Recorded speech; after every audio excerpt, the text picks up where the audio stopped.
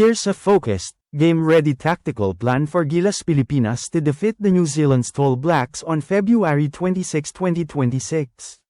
It is anticipated that the Tall Blacks will showcase their typical strengths from 2024-2025, including their size, offensive rebounding, physical play in the paint, and strong outside shooting. Moreover, Gilas will maximize the usage of its improved, modern core lineup, featuring mobile wings, combo guards, and athletic, agile big men like Sotto and Quentin Milore-Brown. The most critical underlying facts are outlined as follows. Strategic game plan, objective.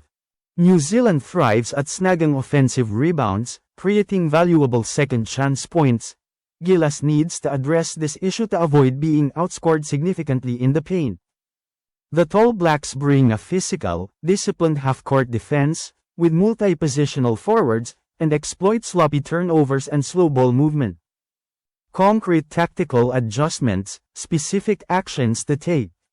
1. Effective defensive rebounding, and maintaining strong box-out discipline. Priority number 1. What to do? Gilas shall establish a primary rebounder for each defensive play, ideally with the number 4 or number 5 player.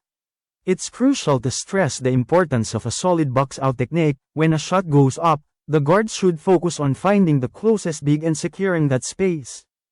Meanwhile, wings should concentrate on positioning rather than chasing every outlet pass. With the incredible talent of Sotto, or Junmar Fajardo, as the primary rim protector, we'll solidify our rebounding efforts. The team shall not forget to rotate in versatile power forwards like AJ Edu, or Quentin Brown to crash the boards as the opportunity arises. Why it matters? New Zealand has been effective at turning offensive rebounds into second chance points in recent competitions, demonstrating a significant rebounding differential. By limiting their offensive rebounds, we can neutralize a key weapon of the Tall Blacks. 2. Focus on contesting three-point shots and forcing live ball turnovers, by applying pressure on the ball. What to do? Apply aggressive on-ball pressure to New Zealand's leading perimeter creators. Trap them at the baseline when they attempt to pass to the post. Utilize hard closeouts from the weak side rim protector to prevent easy kick-out passes. Gamble for steals only when the passing lane is clearly visible. Avoid overcommitting and allowing transition layups. Why? The Tall Blacks combine inside scoring with kick-outs. Disrupting their first pass will slow down their offense and create transition opportunities for Gilas. 3. Use a mixed drop, hedge coverage strategy against pick and roll plays. The focus should be on protecting the paint. What to do? When facing New Zealand's pick and rolls, implement a drop coverage where the big man protects the rim instead of entirely switching on ball screens. This way, the opponent's big man cannot easily roll for a lob or rebound. In small ball matchups where a New Zealand wing is isolated, hedge briefly, then recover. Make sure to practice late closeouts to ensure that cutters are not left unattended. Why? The Tall Blacks will try to leverage their size for high percentage finishes in the paint, and to secure offensive rebounds. By protecting the paint while keeping perimeter closeouts manageable, Gilas can reduce their scoring opportunities. 4. Focus on exploiting their mismatches, by using a controlled tempo and implementing pick and pop plays. What to do? Run a high pick and roll to encourage quick decision making. If the New Zealand big man drops back, drive into the drop to draw help and kick out to the shooters. If the big hedges aggressively, hit the roller or the popper. Incorporate staggered screens and flare screens to create open looks for the best shooters, like Kevin Kiambao, Calvin Athana, or anyone who is on fire. Also, mix in quick post-entry passes to the short corner for scoring or to force defensive help. Why? New Zealand often rotates bigger defenders into mismatches. Take advantage of quicker guards and wings by forcing them to drop into the paint and then capitalizing on their closeouts. 5. Manage the transition and control the tempo, adjust the pace as necessary. whether to intensify or slow things down.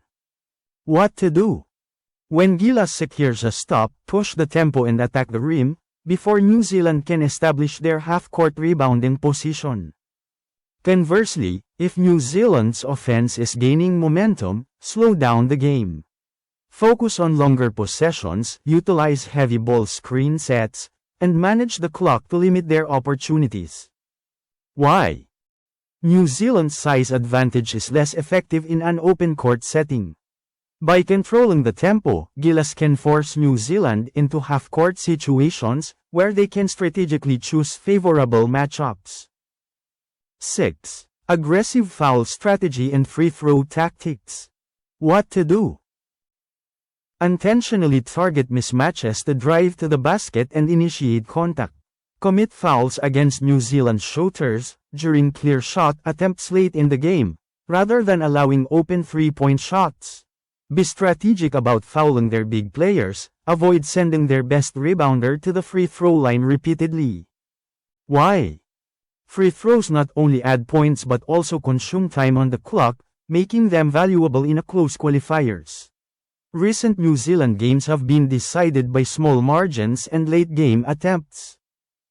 7. Endgame strategies and specific situational setups. What to do?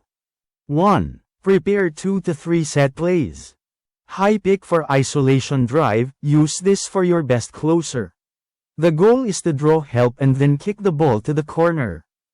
Baseline stagger, set up for a catch and shoot opportunity from the weak side. Quick inbound to Sotto, or the tallest available player, such as Fajardo and Brown, for a secure post entry and reset. 2. Additionally, run a clear the corner play to create driving lanes if the opposing team overcommits on help defense. 3. Practice offensive rebounds off missed three-point shots, ensuring that one secondary cutter constantly crashes the boards. Why? Qualifiers games are close, having set plays can be the difference in winning late possessions. Here is a clearer version of the text. Suggestions for line-up and rotation, practical scenarios. Start with quick guards and shooters to establish a fast pace and apply early pressure on the ball. Force New Zealand to make adjustments. Use Sotto for 6 to 8 minute stretches to protect the rim, then substitute in agile forwards like AJ Edo or Quentin Brown to secure rebounds and push the pace.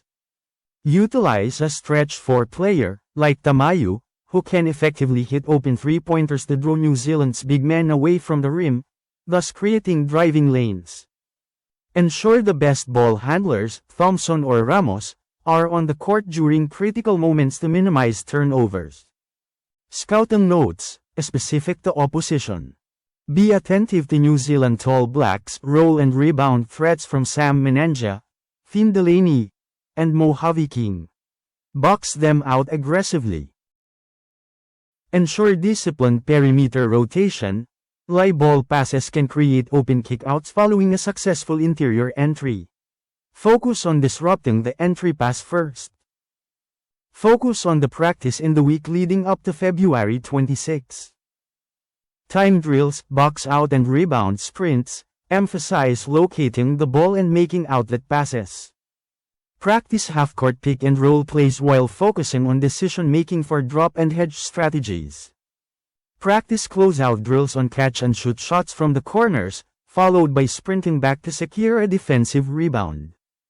Situational scrimmages in the late game, the last 2 minutes against the clock, that focus on executing set plays. Free throw practice sessions following sprint workouts. Wish ang Gilas Pilipinas the best of luck.